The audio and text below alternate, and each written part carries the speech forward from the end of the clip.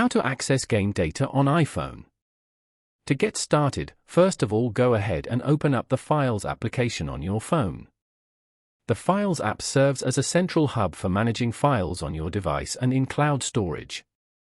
Once you're here, go to the bottom right corner and tap on Browse.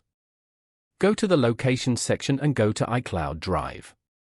You can view all your files and folders synced to iCloud over here. Then, go back and tap on My iPhone.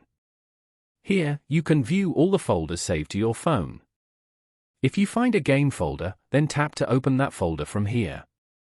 You can now view all the game data and files in this folder. This way, you get more control over your experience with the device and how you use it. Following these steps, you can easily access game data on iPhone. Thank you for watching. Please leave a like if this tutorial helped you, or leave a comment below if you have any questions related to the video.